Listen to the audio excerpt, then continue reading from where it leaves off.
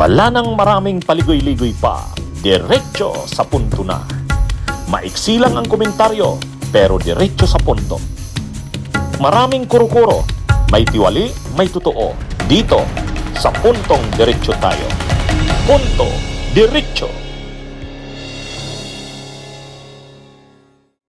Ito namang si Guanzot, kung ano-anong pakulo.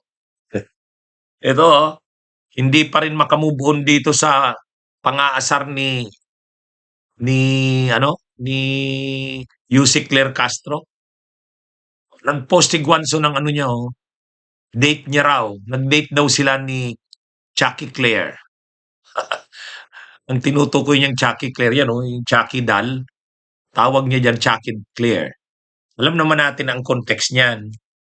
Di ba kasi si Claire Castro kasi, yung president, palace press officer, si Sara Duterte daw, pag naririnig yung PBBM na pangalan, pag nagagalit, kamukha nung yung manika na murderer. O itong si Chucky.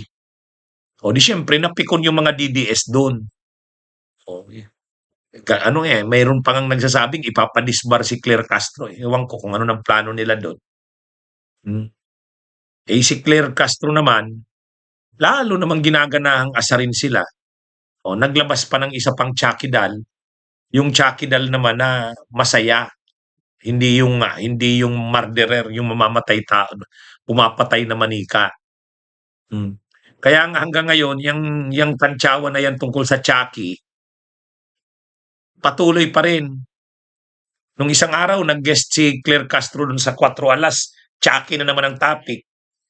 Kaya itong sila Guanzon din at mga DDS, hindi rin tinitigilan itong si Claire Castro. Ayan, may mga pakulo naman itong pautot naman si Guanzon. Ito naman si Guanzon, ano daw siya, hindi daw siya DDS. Ang pagtatanggol niya kay Duterte, sobra pa sa DDS eh. Tatakbo yan si Guanzon na senador sa 2028.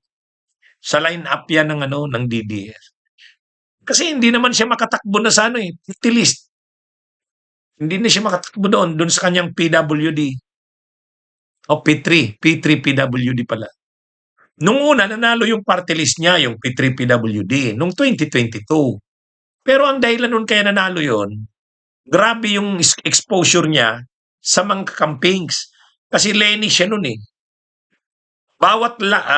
Halos lahat ng rallies ni Lenny sa iba-ibang lugar, nagsasalita si Guanzon. Siya lang yung party list na binigyan ng ganung pagkakataon na magsalita sa stage. O di syempre, pag pinapakilala siya, pag magsasalita sa mga rallies ni Lenny, ang first nominee ng P3 PWD party list, Rowena Bing Guanzon. Siya yon. Pero nung matalo kasi si Lenny, nanalo si PBBM, Duterte na ito ngayon. Lalo na nung nag-away na yung Duterte, Marcos. Pero sa totoo, nung nanalo yung P3 PWD niya, nag-meeting yung mga kongresista, nandun siya, mainit pa yung pag-uusap nila ni Martin Romualdez at saka ni Sandro Marcos. Excited na siyang kaupo. Kaya lang, nung June 30 na, yung simula na ng uupo na yung mga bagong elect na mga kongresista, siya dapat uupo siya sa P3 PWD, hindi pinaupo. Pero ang hindi nagpaupo sa kanya, hindi naman ang nagmaniobra doon sila Martin Romualdez eh. Ang nagmaniobra doon sila yung Duterte Youth at saka sila Topacio. Ewan ko kung alam niya yan ni Rowena Guanzon. Sila Topacio ang maniobra doon hanggang Korte Suprema. Kung gumalaw diyan sila Topacio. Ngayon kamping-kampi siya sa Duterte. Ang hindi nagpaupo sa kanya, mga kasamahan niya, yan, si Topacio, saka si Cardema. Galit na galit sa kanya si Cardema, galit na galit sa kanya si Topacio. Ganon din si Topacio, galit na galit din sa kanya. Pero pareho sila mga DDS. Pareho sila mga Duterte.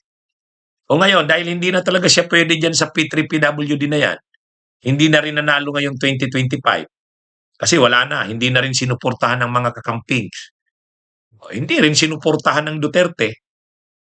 Ngayon ang plano niya tatakbong malamang tatakbo yang senador.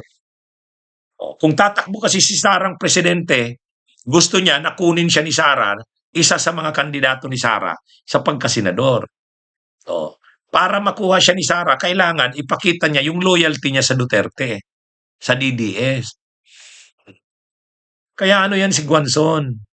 Bagamat hindi niya sinasabing ayaw niyang aminin na DDS siya, yung mga ginagawa niya. Dito, mainit ang mga DDS dito kay Claire Castro. Kaya ito ngayon pinagdidiskitahan ni dati pinagdiskitahan niyan. Pinag-initan niyan si Ronald Llamas. Ngayon naman si Claire Castro. Ewan ko kung sasagutin niya ni Claire Castro. Pero yan, ang style naman niya ni Guanzon, yung mga bardagulan. Di ba yun yung kilala niya, bardagulan. Ngayon, parang para yung mga DDS, ang mga DDS kasi mas ganado. Ang mga DDS yung mga DDS na yan, vloggers, yan, saka yung mga supporters, gustong-gusto nila na tinitira ni Guanzon ang mga si Llamas, si Claire Castro, yung mga yung mga identified sa Marcos, lalo na, talagang paborito niya yung tirahin. Kasi, mas natutuwa sa kanya ang mga DDS. Siya naman, gusto niya makuha yung tiwala at suporta ng DDS. Para pag tumakbo siya sa 2028, kasi may mga DDS din na nag-aalangan sa kanya. Parang walang tiwala kasi kilala siyang kakampings eh. Tapos nung tinanong pa siya, kakamping, DDS po ba kayo? Sabi niya, hindi ako DDS. Di syempre, medyo may mga naghinanakit na DDS doon. Ngayon, gusto niyang ipakitang DDS siya. Ipakita niyang Duterte siya. Ang pagpapakita niya yan, makikipagbardagulan siya sa mga tao ni Marcos. Kaya ang tinitira niya lagi si Sandro Marcos, si Martin Romualdez, pati yung mga kakampings na na tingin niya kumakampi sa Marcos. Tinitira niya si Llamas. Ito ngayon, paborito niya rin dito si Claire Castro. Kasi si Claire Castro, bardagulan din ang style niyan. Di ba? Bardagulan din yan si Claire Castro. Pareho sila ni Guanzon. Nakikipagbardagulan din si Claire Castro. Itong si Claire Castro kasi ang spokesperson na nakikipagbardagulan. Yung mga dati kasing spokesperson, hindi naman nakikipagbardagulan.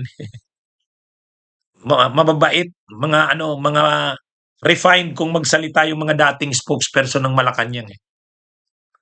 Ito hindi. Talagang tinitira si Sara, tinitira kung sino-sino sa Duterte. Nito ni Claire Castro. Kaya napipikon ng mga DDS.